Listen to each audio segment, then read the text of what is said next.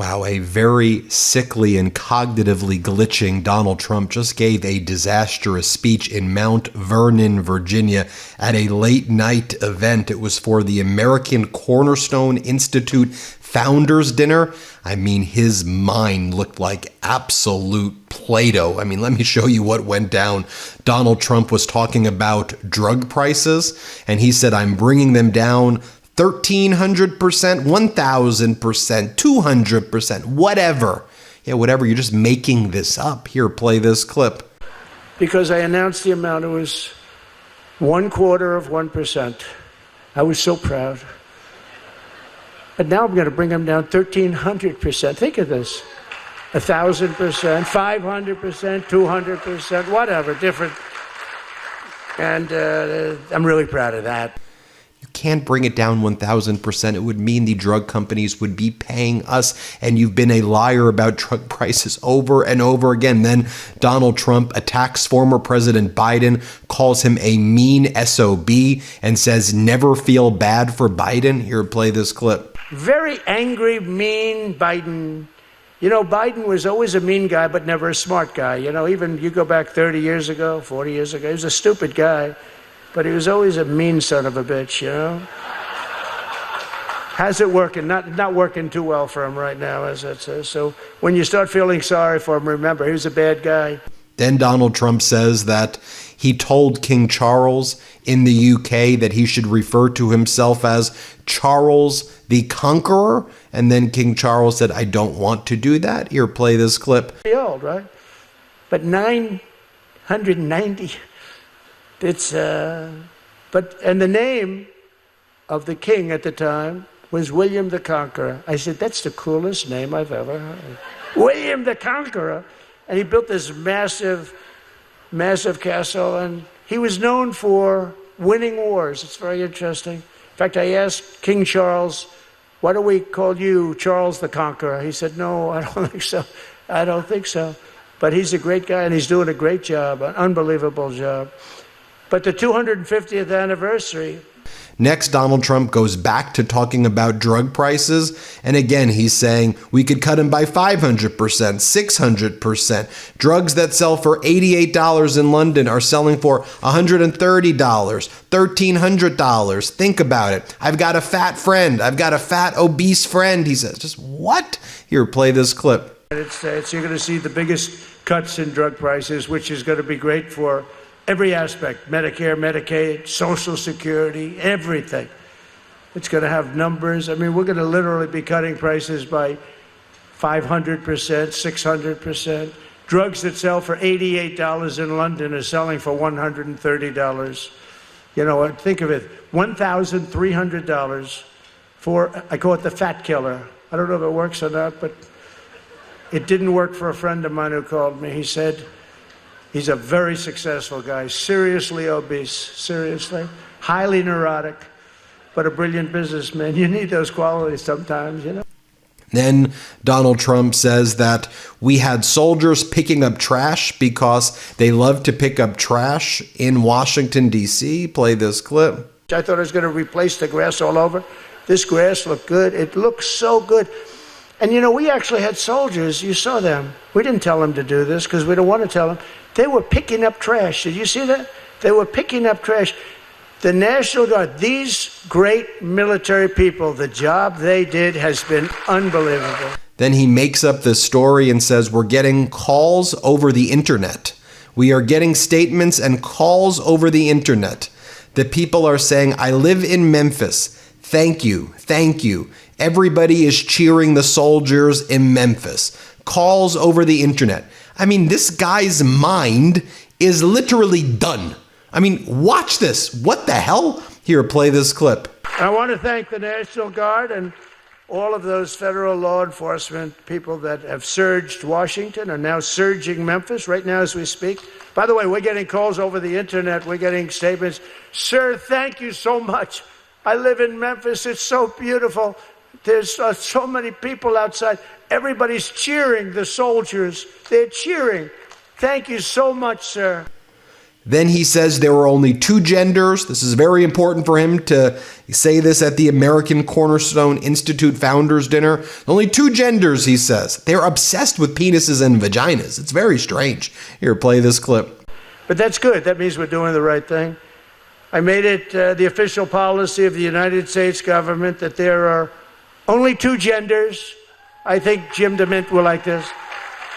Men and female. Are you okay with that, Jim? I don't know. I think Jim's very upset about that. Who the hell can be upset? Then Donald Trump lies and says that he's bringing gas prices down below $2. Didn't you claim, though, recently that it's already below $2? Because you're not bringing it down below $2. You lied that it was below $2. Anyway, play this clip. The Americans are spending the least amount of their disposable income on gasoline since it's about 20 years. For 20 years, we're spending, and we have the number down. I think we're going to be breaking $2 a gallon for gasoline. Then he speaks to this guy in the audience and he's like, Marty, we got to make the autism announcement on Monday, Marty. Don't do it Tuesday, Marty. Monday's the announcement, Marty. What? Here, play this clip. And I think we have, frankly, that's a big announcement. I think we have a bigger announcement coming. I hope on Monday, Marty. It's enough. We have to announce. We have to make the announcement. It's so big. We can't let people keep doing this. I don't want to wait any longer. We don't need anything more. And if it's wrong, it's right. It's not going to be wrong. But if it is wrong, it's fine that we have to do it. Because we're going to have an announcement on autism on Monday. Got to be Monday. I don't want to do it Tuesday, Wednesday, Thursday. And I think it's going to be a very important announcement. I think it's going to be one of the most important things that we will do. Then Donald Trump says, we're going to Chicago. We're sending the military into Chicago. Play this clip. We're restoring law and order to our cities and towns at levels that nobody's ever seen, and wait till you see. And I must say, our next one is a place called Chicago. We're going to go into Chicago. And we've already, the FBI's been there for 6 months and just getting prepared. And just the fact that they've been there for a little while, we've got it down a little bit. But it's going to come down a whole lot. Chicago is going to be a very safe city. Then he says, DC's great. We've got rid of the scum. Okay, play this clip. That's not happening anymore. We have a safe city. The scum is gone. And I'll tell you, it's going to get, I don't know how much better it can get. They said, we're down 87% crime. I said, really? Who are the 13%? Tell me. Nobody can find the 13%. No, you go and have dinner. The restaurants now, they were closing up. Very few people went to restaurants because even to go to the restaurant was dangerous because guys would walk in with guns and rob everybody. It ain't happening anymore. You have a safe city, 100% safe city. Then he says, our country's strong and proud. We will not have an Afghanistan event. You're literally making posts about the American military going back into Afghanistan. You're the one who negotiated with the Taliban to release 5,000 prisoners without speaking to the Afghan government in 2020. And you invited the Taliban to come to Camp David in the United States on the anniversary of 9/11 in 2020. Here, play this clip. We're ensuring that when that anniversary does come, our country will be a very strong, proud country. We're not going to have Afghanistan events, the most embarrassing event in the history of our country. Our people will be proud, our communities will be safe, our culture will be thriving, we'll be respected all over the world. We are right now. Then Donald Trump tells this bizarre story about pilots who looked like Tom Cruise, and then Trump claims that Tom Cruise was very nice to him on a phone call. Tom Cruise rejected Donald Trump trying to honor Tom Cruise at the Kennedy Center Honors. Play this clip. And when the pilots went in, they came into the office and I met them, and they're all great-looking guys. They look like Tom Cruise. Actually, they look like Tom Cruise. But they're all great-looking guys. I would have said Tom Cruise, but he called me about something recently. He was such a nice guy. I'm not going to say it. I'm just saying he's a hell of a looking guy, but these people are great. Donald Trump is obsessed with Hunter Biden. Here, play this clip. I think the only one he actually signed was Hunter's pardon was actually signed by him. You know how you can tell? It was like chicken scratch. My father's, you want a real signature. This was like chicken scratch, like a little thing. the auto pen looked much better. And then Donald Trump says that George Washington would have voted for him. What? George Washington would have voted for you? What are you talking about? Play this clip. On the world stage, we're once again putting America first, and that's what we do. We put America, we'll help others, but we have to put America first. Exactly as George Washington would have wanted. He would have voted for us, George Washington. We had a man who rated me the number 3 president of all time. He said only superseded by George Washington and Abraham Lincoln. And the host of the show said, "Oh, are you in trouble? Trump is going to be so angry at you when he hears that he's number 3. But we'll take that.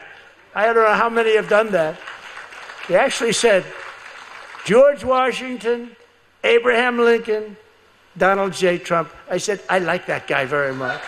And then before the event started, Donald Trump responding to a question on what would be the grounds for TV stations to lose their licenses.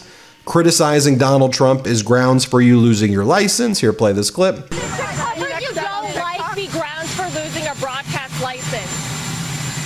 Well, I think when a network is dishonest, certainly if they are dishonest because they give you 97% bad publicity or whatever it is, some ridiculous number, yeah, I would say that would be grounds. Yeah. So are you asking And then Donald Trump was asked about sending troops to Bagram Air Force Base in Afghanistan because Trump says the Taliban better give it to me or else they're going to find out what I'm going to do. Here, play this clip. Are you asking President to rule out U.S. troops on the ground to get Bagram back?